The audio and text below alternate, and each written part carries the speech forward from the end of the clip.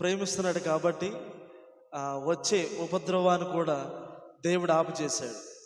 నిజంగా దేవుడు, మనం ఆరాధించే దేవుడు, దేవుడు అనడానికి గల అర్హత కలిగి ఉన్నవాడు కాబట్టి నిన్న అపవాది అయిన సైతాను మనల్ని భయపెట్టాలని చూశాడు. వాడు మనల్ని చూసి నవ్వుదాం అనుకున్నాడు.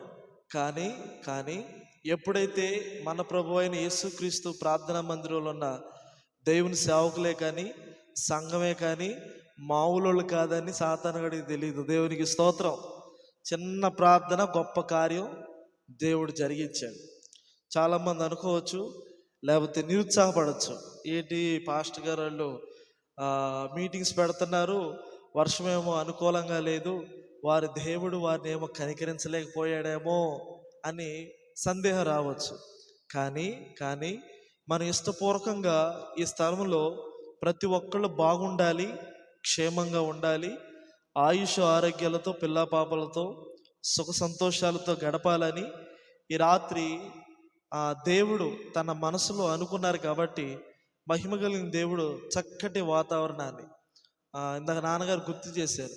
మేము ఎండకి కోడిపిల్ల పడినట్టు పడతామేమో అని దేవుడు ఏం చేశారంటే మాకు చక్కటి మేఘాన్ని కూడా పంపించారు. ఇక్కడ చక్కటి మేఘాన్ని కూడా పంపించి, కొంతమంది పరిచర్యకు దూరంగా ఉన్నారు కానీ ఇష్టపడి వచ్చిన వాళ్ళందరికీ దేవుడు శక్తినిచ్చి, శక్తినిచ్చి దేవుడు ఏం చేశారంటే తన కృపచేత ఇలాంటి గొప్ప కార్యాన్ని దేవుడు జరిగించాలి తన మనసులో అనుకున్నారు. కాబట్టి మిమ్మల్ని అందరినీ దేవుడు ఈ రాత్రి ప్రత్యేకంగా పిలిచాడు.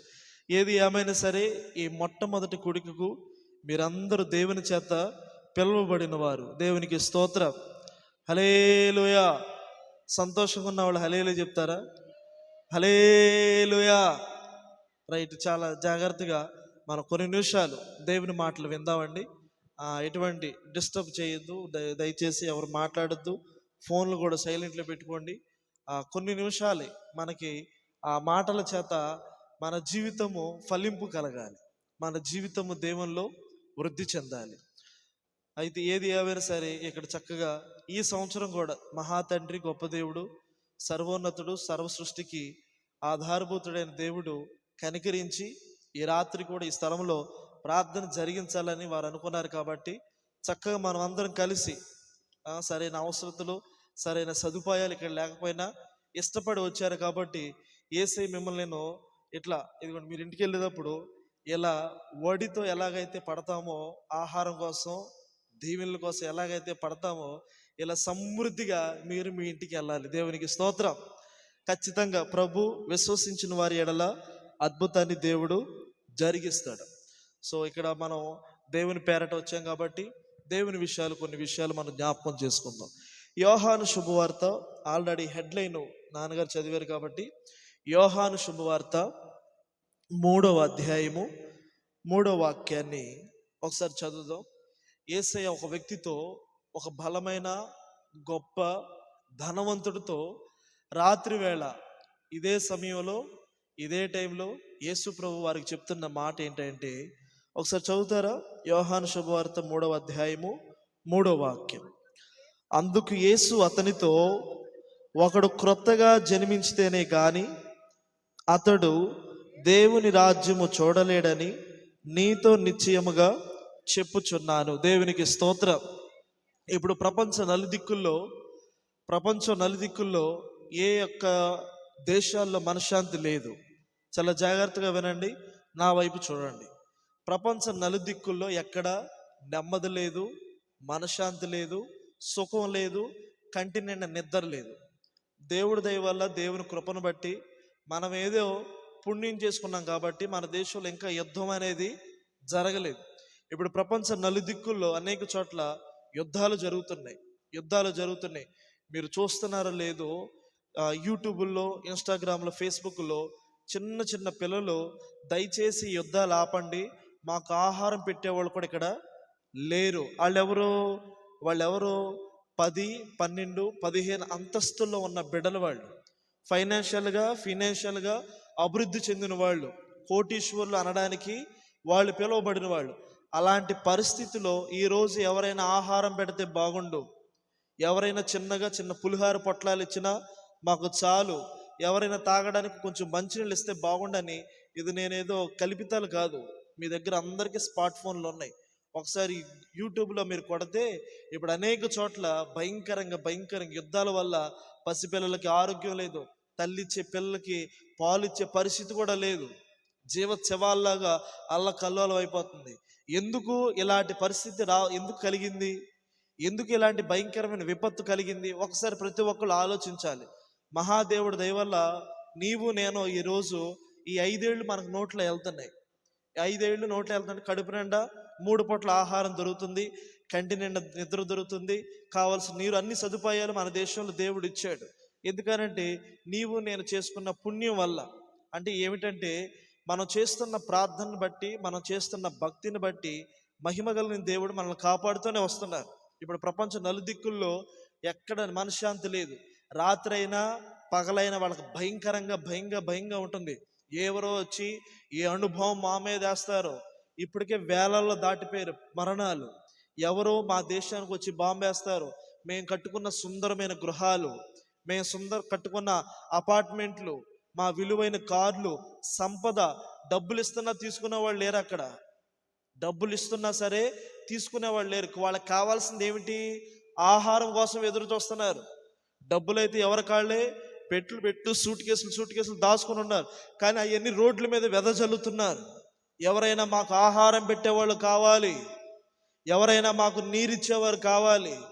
ఎందుకు ఇలాంటి పరిస్థితులు జరుగుతున్నాయి అంటే, యేసుక్రీస్తు ప్రభులు వారు మత్తయి సువార్తలో దేవుడు ముందుగానే చెప్పాడు, నా రాకడి కంట కరువులు వ్యాప్తి చెందుతాయి, నా రాకడికి యుద్ధాలు జరుగుతాయి, నా రాకడికి జనము మీద జనము యుద్ధాలు రేపుకుంటారు, అక్కడక్కడ కరువులు, భూకంపాలు, భయంకరమైన విపత్తులు జరుగుతున్నాయని యేసుక్రీస్తు ప్రభులు వారు 2000 సంవత్సరాల క్రితమే చెప్పారు.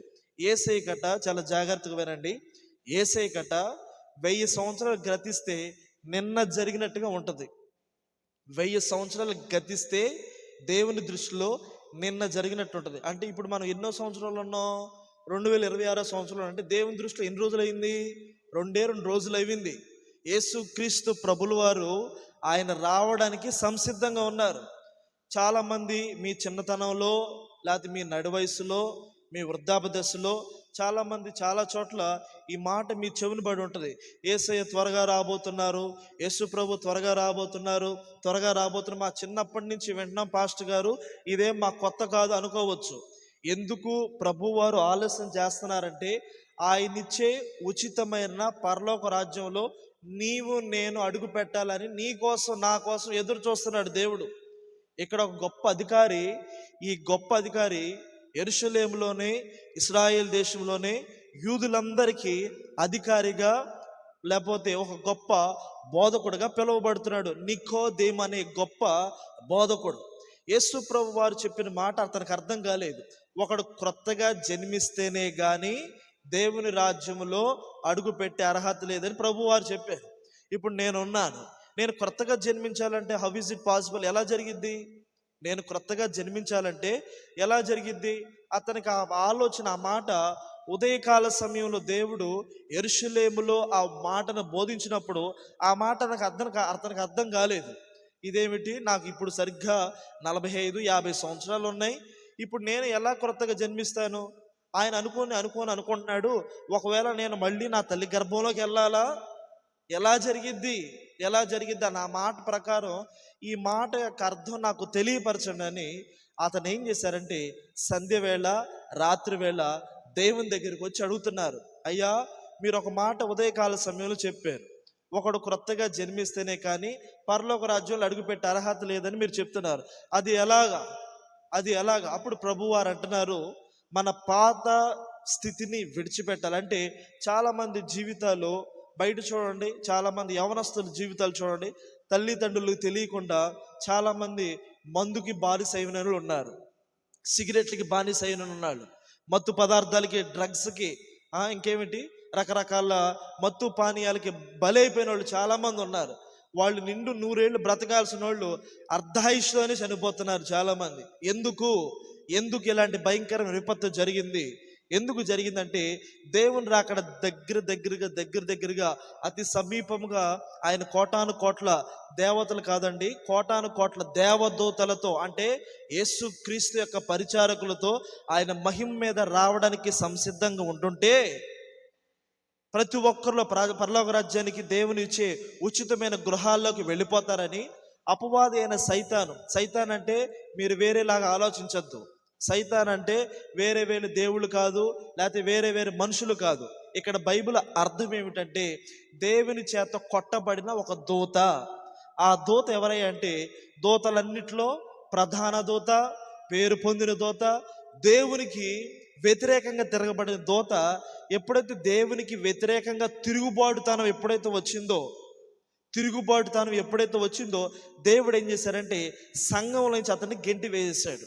పరలోక రాజ్యంలోంచి దేవుడు దాన్ని కొడితే ఆ దూత ఏం చేశాడంటే దేవుని మీద కోపపడలేక, దేవుణ్ణి ఏం చేయలేక, దేవుణ్ణి చేత నిర్మింపబడిన నీ మీద నా మీద వాడు కోపపడడానికి రెడీ అయ్యాడు. వాడు ఏ ఒక్కళ్ళు బాగుండడం వాడి దృష్టిలో ఇష్టం ఉండదు. ఏ ఒక్కళ్ళైనా నశించిపోవడం, పతనం అయిపోవడం, పాడైపోవడం, ఈ రంగుల ప్రపంచంలో నలిగిపోవడమే వాడికి ఇష్టం. ఇప్పుడు చూడండి, చాలామంది స్నేహితులు 10th క్లాస్ చదివిన వెంటనే ఇంటర్మీడియట్ కాలేజీకి చదువుతారు. ఇప్పుడు 10th క్లాస్ రాశారు చాలామంది పిల్లలు. రేపు ఇంటర్మీడియట్ ఆ కాలేజీకి వెళ్ళిన తర్వాత ఒక 4-5 నెలల తర్వాత వాళ్ళకి అనిపిస్తుంది, ఇక మేము లోకంలో అందరికన్నా పెద్దవాళ్ళం, మాకంతా తెలిసిపోద్ది అని ఒక ఆలోచన వచ్చడమే కాకుండా అందుట్లో స్నేహితులు 10 మంది స్నేహితులు చెడగొట్టేవాడు ఎవడొకడో ఉంటాడు. ఇదిగోరా నేను చూడు సిగరెట్ తాగుతున్నాను, రింగులుగా వదులుతున్నాను, నువ్వు కూడా అలవాటు చేయి, నువ్వు కూడా ట్రై చేయి అంటాడు. వీడేం చేస్తాడు, వీడు భలే రింగులు వదులుతున్నాడు, వీడు భలే లవ్ షేప్ వదులుతున్నాడు, రా బాబు వింటున్నారా, వీడు భలే లవ్ షేప్ వదులుతున్నాడు, లేకపోతే భలే రింగులు వదులుతున్నాడు, లేకపోతే భలే బొమ్మలేస్తున్నాడు అని ఇతడు ఏం చేస్తాడంటే అలవాటు లేని పనిని అలవాటు చేసుకుంటూ ఉంటాడు. ఎప్పుడైతే అలవాటు చేసుకుంటారంటో తన జీవితము, ఈ శరీరం ఎవరిదే, నీది కాదు నాది కాదు, ఈ శరీరం ఎవరిదంటే యేసయ్య నీ కొరకు నా కొరకు యావత్ ప్రపంచ మానవాళ్ళందరి కొరకు బలియాగమైన శరీరం ఇది. దీన్ని అపవిత్రపరచుకోకూడదు, దీన్ని శపించుకోకూడదు, దీన్ని అపవాది కాడి కింద పెట్టుకోకూడదని యేసయ్య ఈ మాటలు చెప్తుంటే సాతాను ఏం చేస్తారంటే ఎవరి జీవితాన్ని పతనం చేద్దామా, ఎవరి కుటుంబాన్ని పాడు చేద్దామా, ఎవరిని మృంగుదామని సాతాను ఎదురు చూస్తూ ఉంటాడు. అందుకని ఈ భయంకరమైన విపత్తులు నిన్నటి దినాన్న మనల్ని కూడా భయపెట్టాలని చూశాడు సాతాను. అకస్మాత్తుగా వర్షం వాడు పంపించేశాడు.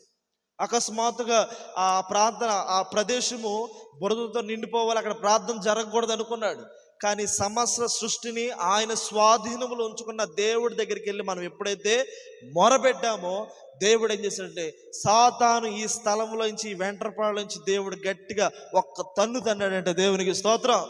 అందుకని ఈ రాత్రి నీవు దేవుని మనసులో ఉన్నావు కాబట్టి దేవుని కృప చేత ఇక్కడికి నీవు నడిపింపబడ్డావు. దేవుడు మీరు విశ్వసించండి, మొదటి రోజు ఆశీర్వాదాలు, రెండో రోజు ఆశీర్వాదాలు, మూడో రోజు ఆశీర్వాదాలు ఖచ్చితంగా దేవుడు ఇవ్వాలని తన మనసులో అనుకున్నాడు. కాబట్టి నీకోసం నా కోసం దేవుడు వర్షాన్ని కూడా ఆయన స్వాధీనంలో పెట్టుకున్నాడు. దేవునికి మహిమ కలుగును గాక.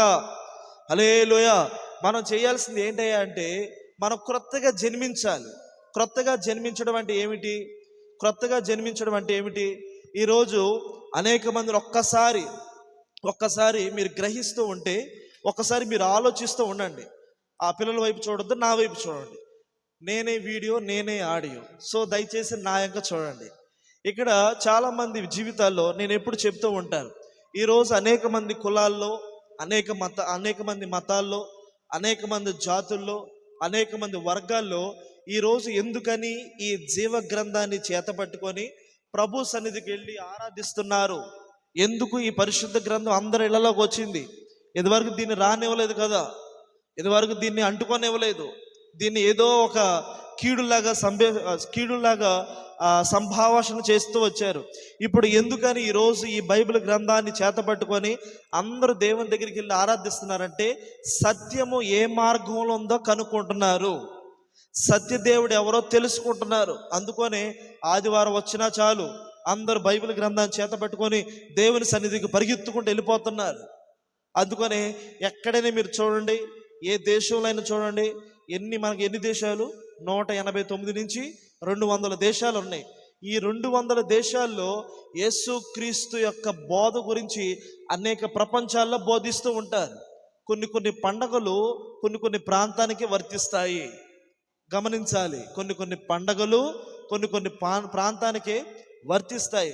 కొన్ని యొక్క కార్యక్రమాలు కొన్ని దేశానికి వర్తిస్తాయి. కానీ నేను ప్రకటిస్తున్న దేవుడు 200 దేశాల్లో కూడా నేను ఎలాగైతే ప్రకటిస్తున్నానో అలాగే అందరూ అదే సత్య దేవుడి గురించి బోధిస్తున్నారు. ఎందుకని ఆ దేవుడి గురించి ఎందుకని బోధిస్తున్నారంటే, ఆయన సజీవుడు అయిన దేవుడు, ఆయన ఆకాశాన్ని సృజించిన దేవుడు, భూమిని సృజించిన దేవుడు, పంచభూతములు సృజించిన దేవుడు, గాలి, నీరు, నిప్పు, భూమి, ఆకాశాన్ని నిన్ను నన్ను కలుగు చేసిన దేవుడు. కాబట్టి ఎవరైనా సరే ఆఖరి క్షణములైనా సరే సత్యాన్ని తెలుసుకోవాలి. అందుకని ఈరోజు అనేక మంది ప్రజలు దేవుని యొక్క సన్నిధికి వచ్చేస్తున్నారు. ఇప్పుడు ఈ ప్రార్థన అయిపోయిన తర్వాత మనందరం ఎక్కడికి వెళ్ళిపోతాం? భోజనం చేసి ప్రార్థన అయిపోయిన తర్వాత ఎవరి ఇళ్ళకి వాళ్ళు, ఎవరి గృహానికి వారు వెళ్ళిపోతారు. ఇక్కడ మనం ఈ భూమి మీద ఎవరు అంటే యాత్రికులము. ప్రయాణం చేస్తున్న ఈ భూమి మీద పుట్టాము, తల్లి గర్భంలో వచ్చాము, జన్మించాము, యవన జీవితం వచ్చింది. ఇప్పుడు మనం కష్టపడుతున్నాం, తింటున్న ఆహారం. మనిషి పుట్టిన వెంటనే, యవనస్తుడిగా పుట్టిన వెంటనే ఆ జీవితం అదే యవన జీవితంలో వెళ్ళిపోదు. ముందు పసిపిల్ల అవ్వాలి, తర్వాత యవన జీవితం అవ్వాలి, మరలా తిరిగి వృద్ధాపంలోకి వెళ్ళాలి.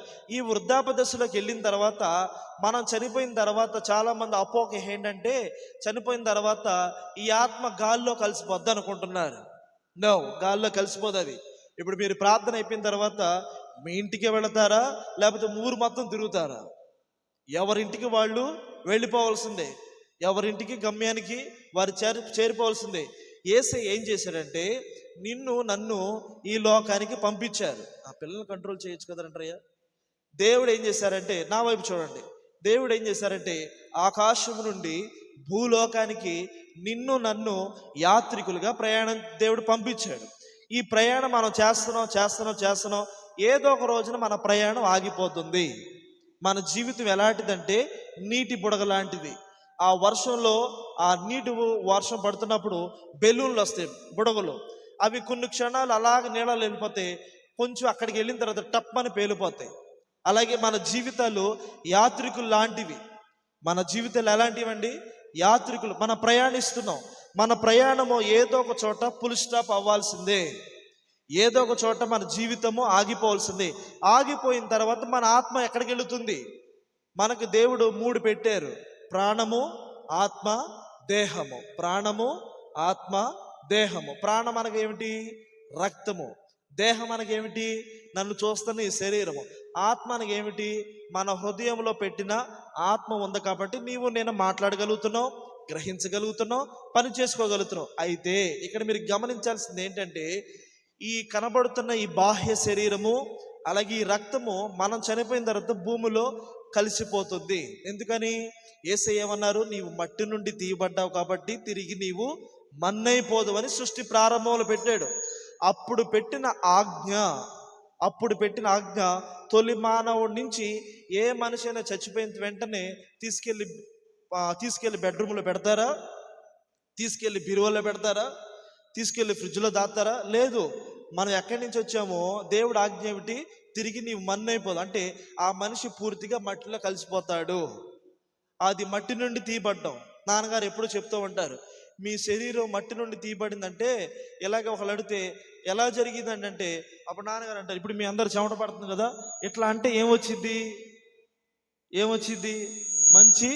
మంచి మట్టి వస్తుంది. ఒకళ్ళు తెల్ల మట్టి వస్తుందా, ఎర్ర మట్టి వస్తుందా? మట్టే వస్తుంది.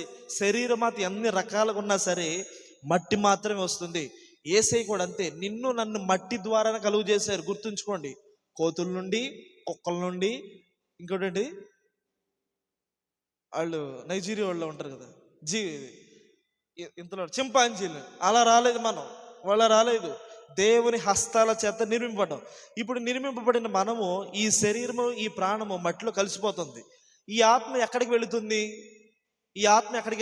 గాల్లో కలిసిపోతుందా? లేకపోతే మళ్ళీ కాకులాగా పుడతారా? లేకపోతే మళ్ళీ రకరకాల జంతువులాగా పుడతారంటే లేదు. మనం గమనించాల్సిన మాట ఏంటండి, మనం ఈ ప్రార్థన ఎక్కడి నుంచి వచ్చాం? మీ ఇంటి దగ్గర నుంచి వచ్చాం. ఈ ప్రార్థన అయిపోయిన తర్వాత ఎక్కడికి వెళ్తాం? మరలా మీ గృహానికి చేరతాం. ఇప్పుడు మనమంతా ఎక్కడి నుంచి వచ్చాం? పరలోక రాజ్యంలో నుంచి వచ్చాం. యేసయ్య సన్నిధి నుండి మనం దిగి వచ్చాం. యేసయ్య సన్నిధి నుండి మనం దిగి వచ్చి ఈ లోకంలో యాత్రికుల్లాగా ప్రయాణం చేస్తున్నాం. మన ప్రయాణం ఆగిపోయినప్పుడు మనం ఎక్కడికి వెళ్ళిపోవాలి?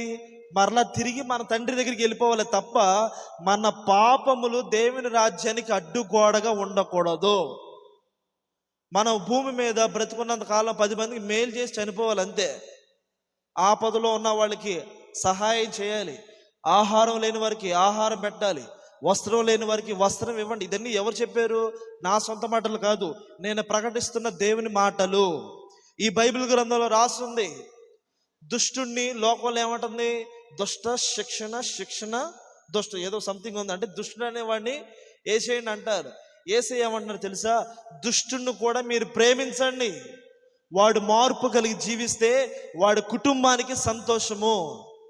వాడు మార్పు కలిగి జీవిస్తే వారి కన్న తల్లిదండ్రులకి సంతోషము. వాడు మార్పు కలిగి జీవిస్తే కట్టుకున్న భార్యకి బిడ్డలకి సంతోషము.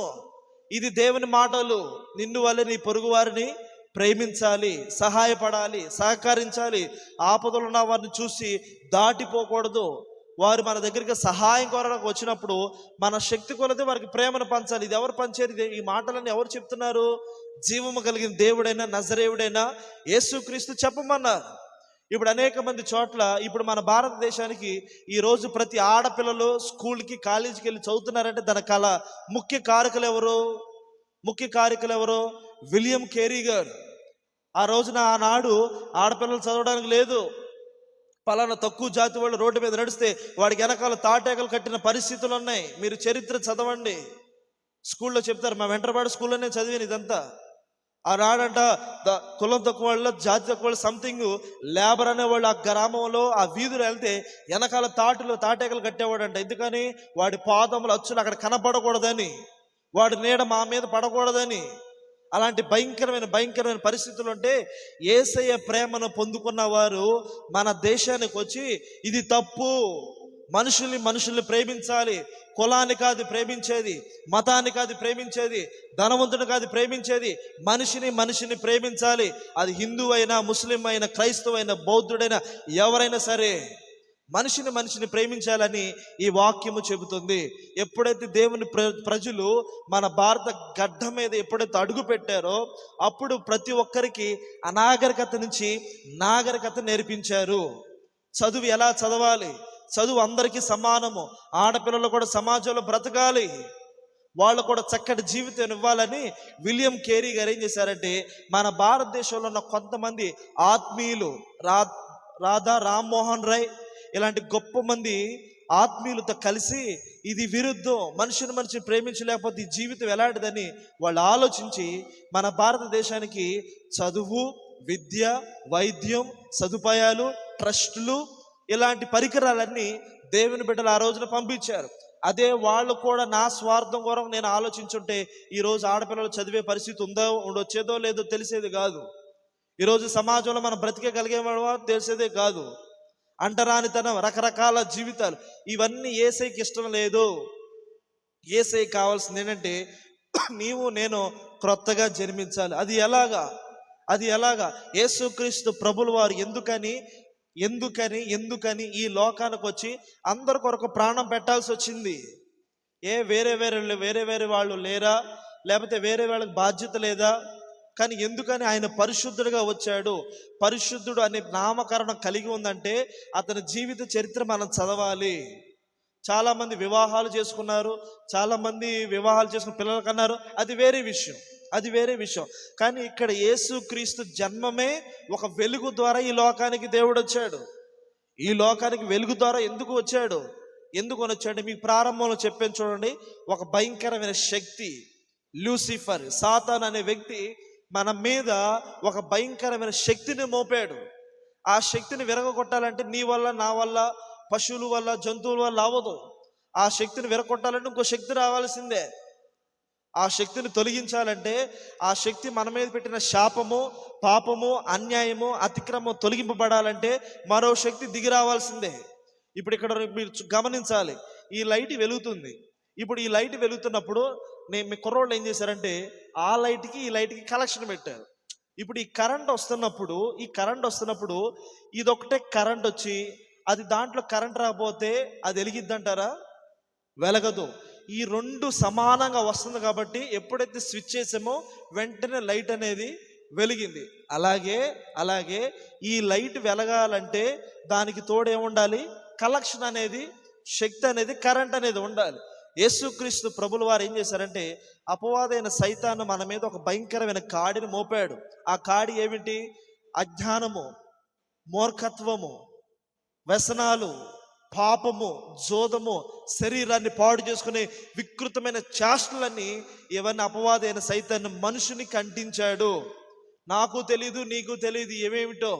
కానీ దురాత్మ ఏం చేశారంటే దేవుని బిడ్డలమైన మనము పాడైపోవాలి, పతనమైపోవాలి, కృంగిపోవాలి, నలిగిపోవాలి, మన జీవితంలో వ్యర్థంగా పాడైపోవాలి, ఎందుకుంటున్నా కూడా తెలియని పరిస్థితిలో సాతానుడు ఇలాంటి కాడి మోస్తే నజరేయుడైన యేసుక్రీస్తు ప్రభుల వారు ఏం చేశారంటే ఆయన శక్తిమంతుడై ఉండి, బలవంతుడై ఉండి, ఆశ్చర్య కార్యాలు చేయగలిగి ఉండి ఈ లోకానికి వచ్చి నీకోసం నా కోసం ప్రాణం పెట్టాడు. ఎందుకు ప్రాణం పెట్టాల్సి వచ్చిందంటే నీవు నేను ఆయన చేతుల ద్వారా నిర్మింపబడిన వాళ్ళము. అంటే ఏంలాగా? తొలి మానవుడైన ఆదామును దేవుడు కలగజేశాడు. అతని గర్భం నుంచే మనం వచ్చాం. ఈ గర్భం నుంచి వచ్చినప్పుడు, ఆ గర్భంతో మనం బ్రతుకుతున్నప్పుడు, ఆ జీవితాన్ని మనం కొనసాగుతున్నప్పుడు శాపము, పాపము కూడా తరతరాల నుంచి వస్తున్న కీడు కూడా చాలా మందిని వెంటాడుతూ వచ్చింది. ఇది తొలగిపోవాలి, ప్రతి ఒక్కరి జీవితంలో మనశ్శాంతి కలగాలి, ప్రతి ఒక్కరి జీవితంలో ఆనందం ఉండాలి, ప్రతి ఒక్కరి జీవితాలు సుఖ సంతోషంతో ఉండాలని దేవుడు ఏం చేశారంటే నీకోసం నా కోసం ప్రాణాన్ని ఇచ్చారండి. ప్రాణం పెట్టేవాళ్ళు ఎవరున్నారండి? నీకోసం, నా కోసం. నీ శాపము తొలగిపోవాలి, నీ శాపం తొలగిపోవాలని, నీ పాపము తొలగిపోవాలని, అతిక్రమాలు తొలగిపోవాలని దాన్ని విరగొట్టడానికి ఎవరున్నారు? ఇప్పుడు నేనే ఉన్నాను. ఇప్పుడు నా భుజం మీద ఒక 60-70 కేజీలు బస్తా పెట్టి నేను మోసుకుంటే వెళ్తున్నప్పుడు నన్ను చూసేవాళ్ళు చాలామంది ఉంటారు. కానీ ఆ బరువైన బస్తా నా మీద పెట్టండి అనేవాళ్ళు ఉంటారా? ఎవరికి బాధ్యత అండి? ఎవరి పనులు వాళ్ళకు ఉంటాయి, ఎవరింటి అవసరతలు వాళ్ళకు ఉంటాయి, ఎవరికొన్న కష్టపష్టాలు వాళ్ళకు ఉంటాయి. వేరే వాళ్ళు వచ్చి నా మీద పెట్టబడిన 100 కేజీల బస్తా ఇక్కడి నుంచి అక్కడి దాకా మోసుకెళ్తారా? ఎవరికి బాధ్యత ఉంటుంది? ఎవరు వస్తారు, ఎవరి పనులు వాళ్ళకుంటాయి. కానీ జీవము కలిగిన దేవుడు ఏం చేశారంటే నీవు నేను మోస్తున్న సిలువను, భారమైన అది ఒక శోధన లాంటిది, భారమైన ఒక వేదన లాంటిది, దాన్ని ఏం చేశారంటే దేవుడు ఆయన మోయడానికి, అనగా నీ పాపము నా పాపము ఆయన భుజముల మీద వేసుకున్నాడు. ఇప్పుడు పాపం తొలగిపోవాలంటే గుణదలకొండ వెళ్ళవసరంలా, లేకపోతే పలానా తీర్థయాత్రకు వెళ్ళవసరంలా, పలానా ప్రాంతంకి వెళ్ళాల్సిన నీవు చేసిన అతిక్రమమే కానీ, లేకపోతే నీ తరతరాల నుంచి వస్తున్న శాపమే కానీ అది తొలగిపోవాలంటే దేవుని సన్నిధిలోకి వచ్చి ప్రభువా నా పాపము నీ సన్నిధిలో నీళ్లు కుమ్మరించినట్టు నా హృదయంలో నా ప్రతి అపవిత్రత నీ సన్నిధిలో విడిచిపెడుతున్నాను ప్రభువా, క్షమించగలిగిన దేవుడవు నీవే అని తెలుసుకొని రాత్రి వచ్చాను. నన్ను కరుణించి నన్ను కాపాడువాడవు నీవే, నా కుటుంబాల్లో నెమ్మదినిచ్చేవాడు నీవే, అవమానానికి ప్రతిఫలాన్ని ఇచ్చే దేవుడవు నీవే. దేవుని సన్నిధిలో ఎవరైతే తీర్మానం చేసుకొని అడుగుతారో ఖచ్చితంగా వారి పట్ల నెరవేర్పు దేవుడు చేస్తాడు. ఎందుకు నెరవేర్పు చేస్తాడంటే నిన్ను నన్ను కన్నాడు కాబట్టి మన హక్కు బొక్కులన్నీ దేవుని చేతిలో ఉన్నాయి. తండ్రిని మనం అడుగుతాం. నా కుమారుడు ఉన్నాడు, వాడు వచ్చి అడుగుతాడు, నాన్న రేపొద్దున నా పరీక్షలు ఉన్నాయి, ప్యాడ్, పెన్సిల్, బుక్స్ నాకు కొంటావా లేదా అంటే నేనేమంటాను? ఊళ్ళో అంతమంది ఉన్నారు కదరా వాళ్ళని అడుక్కో అంటానా? లేకపోతే నేను బాధ్యత వహించి వాడి మీద ప్రేమ చూపిస్తాను. ఎంత తెలుగు తక్కువ తండ్రి అయినా సరే, ఎంత తెలుగు తక్కువ తల్లి అయినా సరే కన్న బిడ్డల క్షేమం కొరకు ఆలోచిస్తారు. ఈ లోకంలో నీ కోసం నా కోసం ప్రాణం పెట్టేవాళ్ళు లేరు, ఎవరికి బాధ్యత లేదు, ఎవరి జీవితాలు వాళ్ళేని ఇప్పుడు ప్రజలు అనేక రకాలుగా ఎలాగ అనుకుంటున్నారో ఆ కాలంలో కూడా అనుకున్నారు. అందుకని యేసు ప్రభు వారు ఏం చేశారంటే, ఆయన మహాశక్తుడైన దేవుడు కూడా, దేవుడై ఉండి కూడా వెలుగు చేత ఈ లోకానికి వచ్చి నీ మీద నా మీద ఉన్న శాపాన్ని తొలగించడానికి ఆయన నీ కోసం నా కోసం ప్రాణం పెట్టాడు. ఎవరికి లేనంటే బాధ్యత, ఎవరో తీసుకోలేనంటే గొప్ప ఆ భయంకరమైన శాపంతో కూడిన పాపం అనే కాడిని ఆయన నీ కోసం నా కోసం మోసారండి. ఆయన నిన్ను ప్రేమిస్తున్నాడంటే ఈ రాత్రి ప్రేమిస్తున్నాడు. దేవుడు ఆస్తి అడగట్లేదు, అంతస్తులు అడగట్లేదు, నీ ధనధాన్యాలు దేవుడు ఆశించట్లేదు. నీ హృదయాన్ని దేవునికి ప్రతిష్ఠించాలి. నీ హృదయానికి సత్య దేవుడు ఎవరో తెలుసుకోవాలి. నేను చనిపోయిన తర్వాత నా ఆత్మ ఎక్కడికి వెళ్ళిపోతుంది? గాల్లో కలిసిపోతుందా? లేకపోతే తిరిగి కాకిలాగా, కుక్కలాగా, జంతువులాగా పుడతానా? నో. ఏ మనిషికైనా ఒకటే జన్మ, ఒకటే మరణం. ఏ ఒక్క భూమి మీద ఉన్న ఏ ప్రజలకైనా ఒకటే సూర్యుడు, ఒకటే చంద్రుడు, ఒకటే చీకటి, ఒకటే వెలుతురు. ఎవరికైనా ఒక్కటే ఒక్కటే ఒక్కటే ఒక్కటే. అలాగే సృష్టి కూడా తండ్రి అయిన దేవుడు ఒక్కడే. అదే నేను ప్రకటిస్తున్న జీవము కలిగిన యేసు క్రీస్తు ప్రభులు వారు. దేవునికి స్తోత్రం. ఈరోజు అందుకని ఈ బైబిల్, ఈ పరిశుద్ధ గ్రంథాన్ని చేత పట్టుకొని అందరూ దేవుని దగ్గరికి వెళ్ళి ఆరాధిస్తున్నారు. అందరూ ప్రభు సన్నిధికి వెళ్ళి, ప్రభువా నన్ను బాగు చేయి, ప్రభువా నాకు నెమ్మదినివ్వు, ప్రభువా నా కుటుంబాన్ని కట్టు, నా జీవితాన్ని మార్చు, నాకు వచ్చిన సమస్య నుంచి విడిపించని ఎప్పుడైతే కన్నీరు విడిచి ప్రార్థిస్తారో దేవుడు ఏం చేస్తున్నారంటే, నా బిడ్డ నా దగ్గరికి వచ్చాడు కాబట్టి, నన్ను తెలుసుకొని సత్యమేమిటో ఎరిగి వచ్చాడు కాబట్టి వారి జీవితాల్లో దేవుడు అద్భుతాన్ని చేస్తున్నాడు. మా చర్చిలో చాలా సాక్ష్యాలు ఉంటాయి, మన పరిచర్యలో అద్భుతమైన సాక్ష్యాలు ఉంటాయి. మరి ఇక్కడ మీకు అందరికీ తెలిసింది, ప్రతి ఏట నాన్నగారు గుర్తు చేస్తూ ఉంటారు. 18 ఏళ్ళు మహాతల్లి శాఖమూరి చిట్టమ్మ వారు ఎన్నో అవసరత పడి ఉంటారు, ఎన్నో చోట్లకు వెళ్ళుంటారు, ఎన్నో పూజలు పునస్కారాలు చేస్తుంటారు, ఎన్నో ఎన్నో ఎన్నో ప్రాంతాలకు చేస్తుంటారు. కానీ ఆఖరి క్షణంలో వయసు పైబడుతున్నప్పుడు, శరీరం సహకరించినప్పుడు ఎందుకు ప్రభు సన్నిధికి రావాల్సి వచ్చింది? ఎందుకు ప్రభు సన్నిధికి వచ్చిన తర్వాత ఎందుకు ఆ దేవుడు ఆమె గర్భాన్ని తెరిచారు? అంతకుముందు చేసిన ఏమైపోయినాయి? అంతకుముందు లక్షలు కొమ్మరించారు కదా, అవి ఏమైపోయినాయి? గాల్లో కలిసినట్టుగా కలిసిపోయినాయి. వాడికి శక్తి లేదు, అధికారం లేదు. ఎప్పుడైతే అధికారం కలిగిన, శక్తి కలిగిన, జీవం కలిగిన తండ్రి దగ్గరికి ఎప్పుడైతే వచ్చారో, మూయబడిన ద్వారాన్ని దేవుడు ఏం చేశాడంటే అద్భుతకరంగా తెరిచి బంగారం లాంటి కూతుర్ని దేవుడు ఇచ్చాడా లేదా? మా పెద్దమ్మ కూడా అంతే, మా ఆంటీ గారు వారు ఒకసారి మా అమ్మగారు మేము వచ్చినప్పుడు ప్రార్థన చేయమన్నారు. మన ఇంటి పక్కన ఆవిడే ఆ కుర్చీలో కూర్చున్న ఆవిడ, పెద్ద ఆవిడ. ఒకసారి అడిగారు మా అమ్మగారు, నేను ప్రార్థన చేస్తున్నప్పుడు మా అక్క వచ్చి, వారి అమ్మాయి వచ్చి, ఈ కొబ్బరి నూనె బాటిల్ కోసం ప్రార్థన చేయండి, వారికి మా కుటుంబంలో పిల్లల సమస్య కొంచెం బాధపడుతున్నామని వాళ్ళు ఎప్పుడైతే దేవుని దగ్గర అడిగిపెట్టి ఆసక్తితో అడిగారో, ఆ సమయంలో కూడా మేము ఆసక్తి కలిగి, ప్రేమ కలిగి ప్రార్థన చేసాం. ఎందుకని? వాళ్ళు 10 మందికి పెట్టేవాళ్ళు తప్ప ఏనాడు కీడు చేసిన వాళ్ళు కాదని దేవుని సన్నిధిలో ప్రార్థన చేశాము. మహిమ కలిగిన దేవుడు ఒక్కళ్ళు కాదు, జంటని చేశాడు దెబ్బకి. ఏమైనా ట్విన్స్, కమల పిల్లలు పట్టుకుంటే మాసిపోయేటట్టు ఉంటారు అండి. చక్కగా ఒక బుట్ట బొమ్మలు దేవుడు ఇచ్చాడు. ఏదైనా సరే ఎందుకని ఇచ్చాడు? ఎందుకని ప్రభు కార్యం చేశారు? ఆయన మన తండ్రి కాబట్టి, మనం ఆరాధిస్తున్న జీవము కలిగిన దేవుడు కాబట్టి, అందుకని మనం ఆయన మర్చిపోకూడదు. ప్రభు మన జీవితంలో ఎన్ని అద్భుత ఆశ్చర్యకార్యాలు చేశారో అవన్నీ ప్రతిదినము మనం జ్ఞాపకం చేసుకుంటూ ఉండాలి.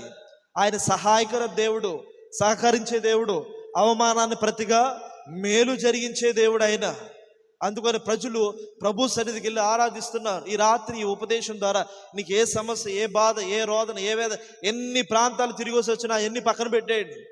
నేను చెప్తున్న మాట ప్రకారం మీరు ప్రార్థన చేయండి. ప్రభువా, నీవు నిజముగా సృష్టికర్తవైతే, నా కొరకు, నా బిడ్డల కొరకు ప్రాణం పెట్టిన దేవుడు అయితే, ఈ సమస్య నిమిత్తం ఎన్నో సంవత్సరాలుగా వేదన అవమానంతో నలిగిపోతున్నాను, నన్ను బాగు చేయండి. ఈ మైకా శబ్దం ద్వారా ఎందరైతే వింటున్నారో ప్రతి ఒక్కరు మీ సమస్యలతో దేవుని సన్నిధిలో పాదాల దగ్గర పెట్టండి. ఖచ్చితంగా ప్రభు మీ పట్ల అద్భుతాన్ని చేస్తాడు. ఎందుకనంటే ఆయన మన తండ్రి కాబట్టి, మనం ఆయన పిల్లలం కాబట్టి, పిల్లల యొక్క బాధ్యతలు తండ్రికే. అలాగే మన యొక్క పరిస్థితులు, విధానాలు మనం ఆరాధిస్తున్న దేవుని సన్నిధిలో తెలియపరిస్తే చాలు. ఆ బోధకుడు అంటాడు, ప్రభువా కొత్తగా జన్మించాలంటే ఏమిటి? ఏమి లేదురా, నీ పాత రోత అన్యాయాన్ని విడిచిపెట్టు, నువ్వు చేసిన సమస్త కీడులన్నీ విడిచిపెట్టు, ఇప్పుడు వరకు చేసిన ద్రోహ కార్యాలు చాలు, ఇప్పుడు వరకు చేసింది తెలియని వాటిని నువ్వు ఆరాధించింది చాలు, ఇప్పుడు జీవము కలిగిన వాటి వైపు ఎదురు చూడు, సత్యం వైపు పరుగులు తీ, సత్యం ఏమిటో తెలుసుకో అని ప్రభు ఆ రాత్రి అతని కళ్ళు తెరిచాడు. ఆత్మీయ నేత్రాలు దేవుడు తెరిచారు. ఎప్పుడైతే తెరిచారో అప్పుడు దానికి అర్థం ఏమిటి? మన పాత రోత జీవితాలు తొలగిపోవాలంటే బలులు ఇచ్చిన అవదో, దహన బలులు అర్పించిన అవదో, మన జీవితం ఆస్తి సగం రాసి ఇచ్చిన అవదో, 10 మందికి అనాథులకు కడుపున అన్నం పెట్టిన అవదో. ఒకే ఒక్కటి నీ హృదయం అంతా దేవుని సన్నిధిలో కుమ్మరించి ఇలాంటి అభిషేకించబడిన సేవకుల చేత పంచభూతముల సాక్ష్యం ఎదుట, సంఘం ఎదుట నీళ్ల బాప్తిసము అనగా రక్షణ పొందుకోవాలి. ఇప్పుడు ఏళ్లలో మనకు వెంటపడ కాలం వచ్చింది. నాకు ఈత రాదు, ఈత కొడతాను కానీ వెనక్కి వెళ్ళలేను, ఎదరికి వెళ్ళలేను. ఇదేమిటో మరి, అంత బలమైన మనిషి కూడా ఈత కొడతాడు తమ్ముడు, నేను మాత్రం ఎదరికి వెళ్ళలేను, వెనక్కి వెళ్ళి అక్కడే కొట్టి మునిగిపోతాను. ఇప్పుడు మీరు గమనించాల్సింది ఏంటి? ఇప్పుడు నాలాంటి వాడు కాళ్ళలో పడ్డాడు అనుకోండి, నేనేం చేస్తాను? సహాయం కొరకు, రక్షించే వారి కొరకు చేతులు పెట్టి సాగు చేస్తాను. ఎవరైనా నన్ను కాపాడండి, నాకు ఈత రాదు, నాకు కాపాడండి, మునిగిపోతున్నాను. అప్పుడు మీలో వాళ్ళు ఏం చేస్తారు? ఈత వచ్చిన వాళ్ళు ఏం చేస్తారు? వెంటనే మీ ప్రాణం పెట్టడానికి కూడా ఆలోచించరు. ఎందుకని? మీలో ధైర్యం ఏమిటి? నాకు ఈత వచ్చు కాబట్టి, అప్పుడు మీరేం చేస్తారు? సాహసించి అవసరమైతే నా ప్రాణం పెట్టడానికైనా వెళ్ళి ఆ వ్యక్తిని రక్షించబడాలని ఈత వచ్చిన గొబుక్కుమని దూకి అతను భుజాల మీద వేసుకొని తిరిగి ఒడ్డుకి తీసుకొస్తారా లేదా? యేసు క్రీస్తు కూడా అంతే, నిన్ను రక్షించాలని ఈ లోకానికి వచ్చాడు ఆయన. సాతాను మన మీద ఒక భయంకరమైన పాపం అని కాడి పెట్టినప్పుడు దాన్ని విరగొట్టే శక్తి ఎవరికీ లేదు. ఏ కోళ్ళు వల్ల, కుక్కల వల్ల, మనుషుల వల్ల, జంతువుల వల్ల లేదు. దేవుడు ఏం చేశాడంటే ఆయన నన్ను రక్షించడానికి, మనం మునిగిపోయిన పరిస్థితి వచ్చింది, శోధనల గుండా మనం ప్రయాణ పరిస్థితి వచ్చింది, అవమానకరమైన పరిస్థితి ప్రయాణం వచ్చింది. అప్పుడు యేసయ్య ఏం చేశాడంటే ఆయన సాహసించి నన్ను రక్షించడానికి ఈ లోకానికి వచ్చాడండి మన యేసయ్య. ఈ లోకానికి వచ్చాడు ఆయన. ఆయనకి ఏదో కావాల్సి, ఆయనకి ఏదో సంపద కోసం, ఐశ్వర్యం కోసం రాలా. నీవు నేను నశించిపోవడం, అగ్నిలో కాలిపోవడం ఆయనకి ఇష్టం లేదు. ఆయన మహా శ్రేష్టకరమైన, మనం చనిపోతాం కదా, 50, 40, 70, 100 చనిపోయిన తర్వాత ఈ ఆత్మ ప్రశాంతంగా దేవుని రాజ్యానికి వెళ్ళిపోవాలి. ఈ ఆత్మ ప్రశాంతంగా తండ్రి సన్నిధిలో కళ్ళు తెరవాలి. అంతేకాని మన పాపములో అడ్డుగా నిలబడకూడదు, మన అజ్ఞానము అడ్డుగా నిలబడకూడదు. మనం జీవము కలిగిన దేవుణ్ణి ఆరాధించాలి, సత్యదేవుడు ఎవరో తెలుసుకోవాలి, ప్రాణం పెట్టిన దేవుడిని ఎవరో తెలుసుకోవాలి. ఈ రాత్రి ఈ గొప్ప బోధకుడు నికోదీము అనే అనుభవ వ్యక్తి ఎప్పుడైతే దేవుని ఆదరణకరమైన మాటలు ఎప్పుడైతే చెప్పారో ఆ వ్యక్తి యొక్క మనస్సుని దేవుని సన్నిధిలో ప్రతిష్ఠించుకున్నాడు. ప్రభువా, నీ పాదాల దగ్గర రావాలంటే నేను సత్యాన్ని తెలుసుకోవాలి, నా జీవితంలో అద్భుతమైన కార్యము జరిగించండి, సత్యం ఏమిటో తెలుసుకోవాలి. ఈరోజు అందరికి అందుబాటులో ఉన్నాయి. ఈ వాక్యాన్ని చదివితే చాలు మీ జీవితాలు మారిపోతూ ఉంటాయి. లాస్ట్ మాట చెప్పి నేను ప్రార్థన చేస్తాను. నేను ఎప్పుడు మా సన్నిధిలో, మా సంఘాల పరిచయం నేను ఎప్పుడు చెప్తూ ఉంటాను. ఆచార్య ఆర్ఆర్కే మూర్తి గారు ఒక బ్రాహ్మణులు, ఆయన విజయవాడ పంతులు గారు. వాళ్ళ పితరులు, వారి యొక్క తండ్రులు, వారు కూడా మన యొక్క హైందవ గుడుల్లో అర్చకులుగా వర్క్ చేస్తున్నారు. వాళ్ళ సహోదరుడు విశాఖపట్నంలో ఉంటారు, వారన్న విశాఖపట్నంలో ఉంటారు. వారి ఇరువురు అన్నతమ్ముళ్ళు ఇద్దరు, ఆచార్య ఆర్ఆర్కే మూర్తి గారు, పెద్దమూర్తి గారు. వీళ్ళిరువురు బాగా మంచి చదువుకున్నారు, ఇంగ్లీష్ బాగా మాట్లాడతారు. ఆ కాలంలో ఇంగ్లాండ్ నుంచి కొంతమంది ఫారినర్స్ మన దేశానికి వచ్చి కొంతమందికి సహాయాన్ని అందించాలన్నప్పుడు ఈ భారతదేశానికి వస్తే ఆ కాలంలో ఇంచుమించు ఒక 45-50 సంవత్సరాల క్రితము జరిగిన సంఘటన అండి, యథార్థ సంఘటన. అప్పుడు ఇంగ్లీష్ మాట్లాడేవాళ్ళు తక్కువ. ఇప్పుడంటే ఇంగ్లీష్ మీడియాలో వచ్చినాయి, చిన్నపిల్లలు కరినా హవారియో అంటున్నారు, ఆ మాట మనకు అర్థం కావట్లేదు. ఇప్పుడు ఆ కాలంలో ఆచార్య ఆర్ఆర్కే మూర్తి గారు, వారి బ్రదర్ మాత్రం ఇంగ్లీష్ మాట్లాడేవారు. ఈ ఫారినర్స్ వచ్చినప్పుడు, బాబు ఏమి లేదు తమ్ముడా, ఇక్కడ విశాఖపట్నానికి అమెరికా దొరలు, ఇంగ్లాండ్ దొరలు వచ్చారు. వాళ్ళకి నీవు ఇంగ్లీష్ని తెలుగులో తర్జుమా చేసి కొన్ని మాటలు వాళ్ళకి చెప్పాలంట. వాళ్ళు నీకేం చేస్తారండి, రోజుకి ఎంత జీతం ఇస్తారని మాట్లాడుకున్నారు. ఆచార్య ఆర్ఆర్కే మూర్తి గారు ఆ కాలంలో ఆయన ఖాళీగా ఉన్నారని వాళ్ళు ఏం చేశారంటే ఒప్పుకున్నాడు ఆయన. సరే, నేను కష్టపడుతున్నాను, నాకు జీతం ఇస్తున్నారు, ఆ మతపరమైన మాటలు నాకెందుకు, నేను చెప్పాల్సిందేంటి, ఆ ఇంగ్లాండ్ వాళ్ళు, అమెరికా వాళ్ళు, ఆ ఫారినర్స్, తెల్లవాళ్ళు ఏదైతే చెబుతారో నేను తెలుగులో దాన్ని తెలియపరచాలనుకొని ఆయన విజయవాడ నుంచి విశాఖపట్నానికి వెళ్ళారు. వెళ్ళిన తర్వాత ఆ రాత్రి ఫారినర్స్, అమెరికా, ఇంగ్లాండ్ వాళ్ళు అన్నారు, ఏమి లేదు ఆచార్య ఆర్ఆర్కే మూర్తి గారు, ఇగో ఈ యోహాను శుభవార్త బైబిల్ని ఒక ఇది ఒకటి వస్తానని పుస్తకాన్ని, బైబిల్ యొక్క చిన్న పుస్తకము యోహాను శుభవార్త, దాన్ని ముందు మీరు చదవండి, చదివి ఇంగ్లీష్లో చదివి తెలుగులో మీరు అర్థం చేసుకోండి. ఈ వాక్యం గురించి నేను కొన్ని రోజుల్లో దీని గురించి ప్రజలకి చెప్పడానికి వచ్చాను, ముందుగా మీరు చదవండి, అప్పుడు నేను మీకు చెప్పినప్పుడు సులువుగా అర్థమైంది అన్నప్పుడు, సరే ఈయన ఏం చేశారంటే, నాకెందుకు, నాకు కావాల్సింది ఏంటి, జీతము, నాకు కావాల్సింది జీతము, నేనేం చేస్తాను, యోహాను శుభవార్త ఈ రాత్రి చదువుతున్నాడు. ఆయన ఏం చేశారంటే, భార్య పిల్లలు అందరూ పక్కన పడుకున్న తర్వాత ఆయన ఇంట్లో తన గదిలో లైట్ వేసుకొని చదువుతున్నాడు. చదివేసుకొని ఈయన ఏం చేశారు తెలుసా, ఈయన ఏం చేశారంటే, ఇదిగోండి ఈ యోహాను శుభవార్త గ్రంథంలో ఉన్న బైబిల్లో తప్పులు వెతికి నేను అండర్లైన్ పెట్టి నేను నిలదీయాలి అనుకున్నారు. ఎవరు, సామాన్యుడు కాదు, మన ఆచార్య ఆర్ఆర్కే మూర్తిగా అనబడుతున్న పంతులు గారు. ఎందుకని, ఆయన తప్పులు వెతకాలని, క్రైస్తవుల మీద నింద మోపాలని, ఈ మతపరమైన మాటలు ప్రజలు ఎక్కువైపోయి దేవుణ్ణి వెంటాడుతున్నారని మనుషులకి జ్ఞానాన్ని తెలియపరచాలి, ఈ బైబిల్లోనే తప్పులు వెతకాలని ఆయన రెడీ అయిపోయి రాత్రి చదువుతున్నాడు, పెన్న పట్టుకున్నాడు, చదువుతున్నాడు. యోహాను శుభవార్త మొదటి అధ్యాయం చదువుతున్నాడు. సగం అధ్యాయం వచ్చేసరికి ఆయన తెలియకుండానే ఆయన కళ్ళల్లోంచి నీళ్లు మొదలైనవి.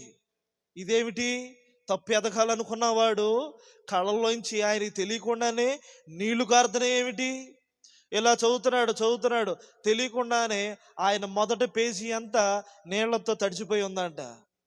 ఆయన పొద్దున్నే వచ్చి అడుగుతున్నారు, ఇదేమిటి ఆచార్య ఆర్ఆర్కే మూర్తి, రెడీ అయిపోయావా, నువ్వు తెలుగులో తర్జుమా చేయడానికి రెడీ అయిపోయావా అని అన్నప్పుడు వెంటనే ఆయన అంటున్నాడు, అయ్యా నిన్న రాత్రి మీ దేవుడి గురించి తప్పులు వెతకాలని నేను వెళ్ళి ఆ గ్రంథాన్ని చదివితే నాలో ఉన్న పొరపాట్లన్నీ దేవుడు బయట పెట్టాడు. దేవునికి స్తోత్రం.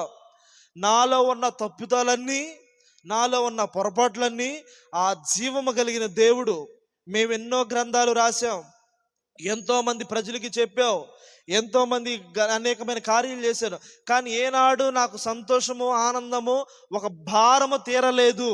కానీ ఎప్పుడైతే ఈ వాక్యం చదివానో నేను తప్పులు రాయాలనుకున్న మొదటి పేజీ అంతా తడిచిపోయింది, నాలో ఉన్న పొరపాట్లన్నీ బయటపడ్డాయి.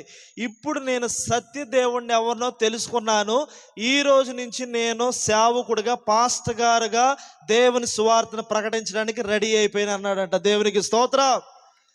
ఇది నేను బలవంతం చేస్తే వచ్చి కూర్చోబెట్టే పరిస్థితి కాదు, మత మార్పిడి కాదు. మనమేమో చిన్నపిల్లలు చాక్లెట్లు ఇచ్చి ఇక్కడ కూర్చోబెట్టడానికి.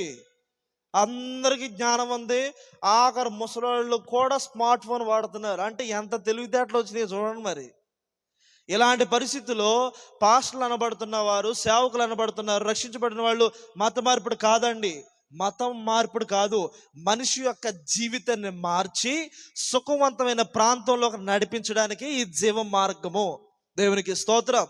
ఈ రాత్రి ప్రభు అయిన యేసు క్రీస్తు మిమ్మల్ని దీవిస్తున్నాడు, అంతే, మీ మీద ప్రేమ చూపించాడు, అందుకని వచ్చే వర్షం కూడా ఆయన ఆఫ్ చేశాడు.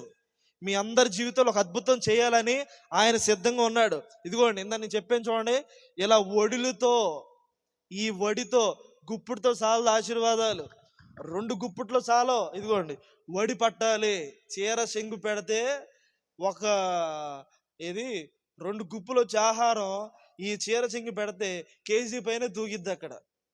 ఎందుకంటే మా చర్చిలో ఒకళ్ళు ఉన్నారు, పలహారం పెట్టేటప్పుడు ఒక చేత్తో చాలని మా వాళ్ళు ఏం చేస్తారంటే దేవుడు ఆశీర్వాదం ఇట్లా పడతారు. అప్పుడు ఏమైంది, ఒక చేత్తో వడ్డించేవాడు 10 చేయలు అయ్యాలి. ఇంకా యేసయ్య రాత్రి మిమ్మల్ని దీవించును గాక, మీ పరిస్థితులను దేవుడు మార్చును గాక. సత్యమైన మార్గంలో దేవుడు మిమ్మల్ని నడిపించి అనేకమైన ఆశీర్వాదాలకి కారకులుగా దేవుడు మిమ్మల్ని మార్చి రక్షణ కృపలో దేవుడు మిమ్మల్ని నడిపించును గాక. తలలో ఉంచండి, చిన్న ప్రార్థన చేస్తాను. తలలో ఉంచండి, చిన్న ప్రార్థన చేస్తాను. అందరూ తలలో ఉంచండి. ఒక్క నిమిషం మీరు కూడా మీ మనసులో అనుకోండి, ప్రభువా నీవు జీవము కలిగిన దేవుడు అని మేము నమ్మాము. నీ సేవకులు చెప్పారు, నీ సేవకులు అందించిన మాటలు మా హృదయాన్ని తాకున్నట్లుగా చేయండి. నీవు నిజముగా సర్వలోక నాథుడివి, నీవు నిజముగా మా కొరకు ప్రాణం పెట్టిన దేవుడివి. నా పరిస్థితులు స్థితిగతులను మార్చండి ప్రభువా. ఎన్నో సమస్యల చేత, శోధనల చేత, మనశ్శాంతి లేని జీవితాల చేత, సరైన ఒక జీవితం అనేది లేని నా పరిస్థితుల్లో ఒక చక్కటి జీవితాన్ని మార్పు చేయండి. అనేక మందికి నేను మాదిరికరంగా జీవించే కృప దయచేయండి. మేము చనిపోయిన తర్వాత మా ఆత్మలు గాల్లో కలిసిపోవడం అనేది ఒక అబద్ధము. మేము ఎక్కడి నుంచి అయితే ఈ ప్రార్థనకు వచ్చామో, ఈ ప్రార్థన అనంతరం తిరిగి ఇంటికి ఎలాగైతే వెళ్ళిపోతామో, మేము కూడా ఈ జీవిత విధానాన్ని, ఈ యాత్రను ముగిసిన తర్వాత నీ రాజ్యంలోకి రావాలంటే నీవు దేవుడు అని తెలుసుకోవాలి. మా కొరకు ప్రాణం పెట్టిన దేవుడు అని, ఏకైక సృష్టికర్తమని మేము తెలుసుకోవాలి. అలా ఎప్పుడైతే జీవము కలిగిన వాటి వైపు మేము నడుస్తామో, మీరు భూమి మీదనో ఆశీర్వదించే దేవుడవు, భూమి మీదనో మనశ్శాంతినిచ్చే దేవుడు, పరలోక రాజ్యంలో కూడా మీరు జ్ఞాపకం చేసుకునే దేవుడు. కాబట్టి ఇక్కడ చేరువచ్చిన బిడ్డలందరినీ సమృద్ధిగా దీవించి మొదటి రోజు సమృద్ధి కలిగిన కృపచేత వారిని నడిపించమని ప్రార్థిస్తున్నాం. మహిమ ఘనత ప్రభావాలు మీరు మాత్రమే పొందుకొని ఈ మొదటి రోజు మా పట్ల ఒక అద్భుతాన్ని మీరు జరిగించి అనేక మంది హృదయాలు మీరు తెరిచినందుకు నీకే మహిమ ఘనత ప్రభావాలు కలిగి నీ సన్నిధిలో ప్రతి ఒక్కరు నిలబెడుతున్నందుకు నీకే స్తోత్రాలు చెల్లిస్తూ నజరేయుడైన యేసు క్రీస్తు నామములో అడిగి పొందుకుని ఉన్నాము తండ్రి. ఆమేన్, ఆమేన్. ప్రార్థన చేసిన తర్వాత ఈ కూటాన్ని ముగించుకుందాం. అతి దేవ గొప్ప తండ్రి, మీ బంగారు పాదాలకి ఎంతగానో వందనాలు ప్రభా. స్తోత్రం ప్రభా. గత దినమంతా మమ్మల్ని కాచి కాపాడిన దేవా మీకు వందనాలు ప్రభా. ఆనందంగా సంతోషంగా జరిపించమని అడుగుచున్నాం తండ్రి. దయగల దేవా, కృపగల తండ్రి, ఇక్కడ కూడొచ్చిన బిడ్డలందరికీ ఆయుస్సు అనుగ్రహించమని అడుగుచున్నాం ప్రభా. ఇంట్లో ఏం సమస్యలు ఉన్నా ప్రతి ఒక్క బిడ్డని తీర్చమని అడుగుచున్నాం ప్రభా. సంతోషం ప్రతి ఒక్క గృహానికి ఇవ్వమని అడుగుచున్నాం ప్రభా. మీకు వచ్చి బిడ్డలందరూ ప్రభా ఇంటికి వెళ్ళేటప్పుడు ప్రభా కంచా కాపుదలు మా పట్ల కుమ్మరించమని అడుగుచున్నాం ప్రభా. మీకు వందనాలు ప్రభా. స్తోత్రం ప్రభా. అందరినీ కాచి కాపాడమని నేను చేసిన చిన్న ప్రార్థనలకు ఇచ్చమని యేసు పరిశుద్ధ నామమున అడుగుచున్నాం తండ్రి. ఆమేన్. ప్రార్థన. మహాపరిశుద్ధుడా, పరిశుద్ధుడా, పరిశుద్ధుడా, జీవము కలిగిన యేసయ్య, మీ గణనామానికి లెక్కలేని స్తుతులు స్తోత్రములు వందనములు చెల్లిస్తున్నాము మహాపరమ తండ్రి. ఈ రాత్రికాల సమయంలో ఏ రీతిగా చక్కగా మంచి వాతావరణం ఇచ్చిన మహాతండ్రి, మంచి కరెంట్ ఇచ్చిన గొప్ప తండ్రి, మంచి బిడ్డలను నడిపించిన పరమ తండ్రి, మీకే స్తోత్రములు చెల్లిస్తున్నాము.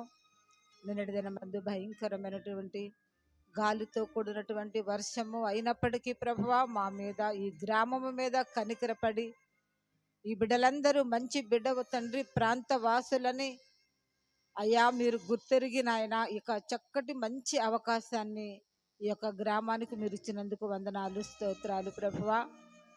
నిజమే తండ్రి, ఇప్పటి వరకు శ్రేష్టమైన మాటలు, నీ ప్రేమ కలిగిన మాటలు ఇక్కడ కూడి ఉన్న చిన్న బిడ్డలు, యవనస్తులు, పెద్దవారు ఎంతో జాగ్రత్తగా నీ మాటలన్నీ మనసులో దాచుకున్న ప్రతి బిడ్డను కూడా మీరు ఆశీర్వదిస్తున్నందుకు వందనాలు అయ్యా. మరి ఒక్కొక్క బిడ్డ ఎన్నో శ్రమలు, బాధలు, వేదనలు, అనారోగ్యాలు, సమస్యలతో ఉన్నారు ప్రభువా. అయ్యా నీ మాటలు విన్న ప్రతి వారిని వాటి నుంచి విడుదల దయచేసి మంచి ఆయుస్సు, ఆరోగ్యాలు ప్రసాదించండి. మరి ఈ గ్రామము కొరకు గత కొన్నేళ్లగా ఈ రీతిగా నీ యొక్క ప్రేమ కలిగిన మాటలు చెబుతూనే ఉన్నాము ప్రభువా. ప్రతి హృదయాన్ని మీరు తెరవండి. ఎందుకంటే లోక పరిస్థితులు ఏమీ బాగోలేదు. ఏ సమయంలో ఎలాగుంటుందో, ఏ మనిషి జీవితమో ఏ క్షణంలో ఎలాగుంటుందో కూడా తెలియని స్థితిలో ఉన్నాము ప్రభువా. ఒకవైపు నువ్వు రావడానికి సిద్ధపడుతున్నావు. నీ రాకడకు ఈ ప్రాంత వాసులందరూ నిన్ను ఎదుర్కొని ప్రభువా నీ రాజ్యానికి రావాలని ఈ ప్రయాస. ఏది ఏమైనా ఈ యొక్క ప్రాంత వాసులను, ప్రతి కుటుంబాన్ని దర్శించండి. రేపటి దినమందు జరగబోతున్నటువంటి అయా ఈ కూటమును కూడా మీరు ఆశీర్వదించండి. ఇంకా అనేకమైన ప్రజలు వచ్చి మీ ప్రేమ కలిగిన మాటలు వినడానికి సహాయము చేయండి. ఎటువంటి ఆటంకములు సమస్యలు రానివ్వకుండా మీరు ముందుండి ఈ యొక్క 3 దినాలు మీరు మాతో ఉండటటి ప్రయాస సంఘ బిడ్డలు ఎంతో మమ్మల్ని ముందుకు నడిపిస్తున్నటువంటి సంఘ బిడ్డలందరి కొరకు వందనాలు స్తోత్రాలు చెల్లిస్తూ, ఈ ప్రాంతవాసులు ఈ స్థలము కలిగిన వాళ్ళు మరి తండ్రి ఇదిగోనైనా మరి ప్రక్కనున్న అన్నయ్య భావాలు మీకు మాత్రమే చెల్లిస్తూ యేసయ్య పరిశుద్ధ నామమున అడిగి వేడుకొనుచు పొందుకుంటున్నాము పరమ తండ్రి. ఆమేన్. కుటుంబము బాగుండాలి, ముస్లిం సహోదరులు బాగుండాలి, ఐందవ సహోదరులు బాగుండాలి, బ్రాహ్మణ పూజారులు గారు వారి కుటుంబాలు వారి పిల్లలతో కూడా బాగుండాలి. అదే మా కాన్సెప్ట్, అంతకన్నా ఏమి లేదు. ఓకేనా? అందరూ దీవించును గాక. ఆమేన్. పరలోకమందున మా తండ్రి, మీ నామం పరిశుద్ధపరచబడును గాక, మీ రాజ్యం మాకు వచ్చు గాక, మీ చిత్తము పరలోకమందు నెరవేరునట్లు భూమి యందును నెరవేరును గాక. మా అనుదినాహారము మాకు నేడు దయచేయండి. మా ఎడల అపరాధము చేసిన వారిని మేము క్షమించినట్లు మా అపరాధములను మీరు క్షమించండి. మమ్మల్ని శోధనకు తేకుండా కీడు నుండి, దుష్టుడి నుండి, అపవాది సైతాన్ని నుంచి తప్పించండి. ఎందుచేత నన్ను రాజ్యము, బలము, శక్తి, మహిమ నిరంతరము మీరే ఉన్నారు తండ్రి. ఆమేన్. యేసు రక్తమే జయం, సిలువ రక్తమే జయం. ప్రభు యేసు నామాన సంపూర్ణ విజయం కలుగును గాక. ఆమేన్. ఈ మొదటి రోజు ఇంత గొప్ప కార్యాన్ని దేవుడు జరిగించినందుకు చప్పట్లు కొట్టి దేవునికి స్తోత్రం చెప్దాం. హల్లెలూయా. అందరూ సంతోషంగా భుజించి వెళ్దాం.